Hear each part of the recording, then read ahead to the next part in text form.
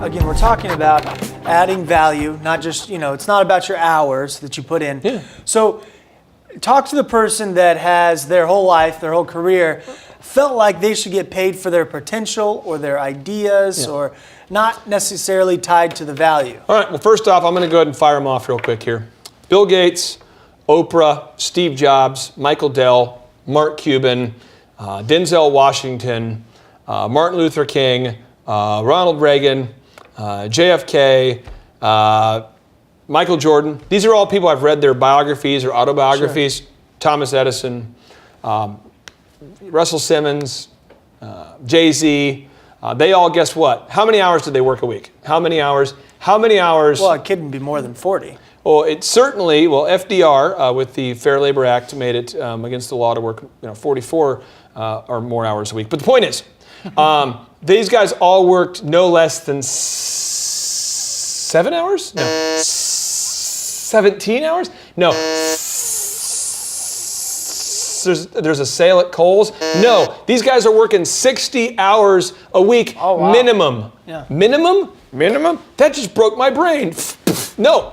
60 hours minimum. Minimum, Holmes. Minimum. So if you want to become successful, don't be the first person in the history of the planet who did it in 44 hours a week. Yeah. There's never been somebody. Maybe it's you. Maybe you'll invent something awesome by just sort of working an extra hour when you get home every week. Right. Because that would be a total of 49 hours. Right. No, just bust it. Forget about the clock. Right. Focus on the results, baby. Focus on the value. This whole ridiculousness of, well, it's Saturday and I want to go home. Just do what you need to do to get to add value. Learn the skills to pay the bills, but learn the skills to get rich. So what's the action item here? What's the action step? If we're watching this, what do you say to the Thriver right now? Recalibrate your mind and begin to realize that you're going to have to work 60-something hours a week plus. Okay. You might work at the job for 44 hours a week, but you got to go home on the weekends and spend 16 hours learning.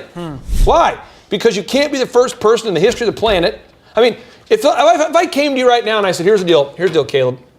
I don't have a large, I got into high school, I could dunk a girl's basketball. I could jump up. I felt like I was in the air for like at least a tenth of a second, but I was girls basketball. I'm working out all the time. My senior year, I got up with two hands and could do it. Oh, wow. But that's me working out all the time. Right. If I were to say, well, I have decided that I'm going to start dunking. Well, one, you would go, I'd not like possible. To see that. Yes. But then if I said, and I'm not going to work out and I no longer believe in gravity. The Earth's gravitational pull, gravitational schmoll. No. I don't need to worry about that. Everything else has a pull on it. Not me, though. I have an upward push. The Earth just upwardly pushes me up. As long as you believe it. Because I believe it. Right. That's bogus. That's what it's saying when you say, I want to have success before work. Okay. It's just you got to believe in gravity. That's a real deal. And to overcome gravity, you got to work out. And I'm being honest with you. I saw a guy about a little over a year ago who's shorter than me. He's like 5'9", maybe, 5'9". Unbelievably jacked. He's just like the Incredible Hulk. He's like 45. I'm up there at Lifetime Fitness, and he just, boom, dunk. Nice. All day. Why? Because he's jacked. Yeah. If you're going to jump that high and you're a 44-year-old white guy, which he was, you'd better have a lot going for you. Yeah, you're working hard for it, though. Working hard for it. I love it. All right.